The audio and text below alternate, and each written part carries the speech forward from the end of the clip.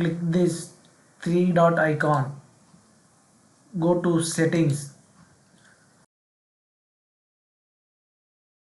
go to privacy and security settings, go to site settings,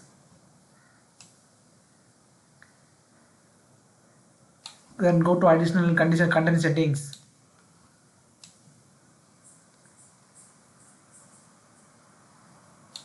then go to on device site data. Now here select delete data sites have saved to your device when you close all windows. Select this option, delete data sites have saved to your device when you close all windows.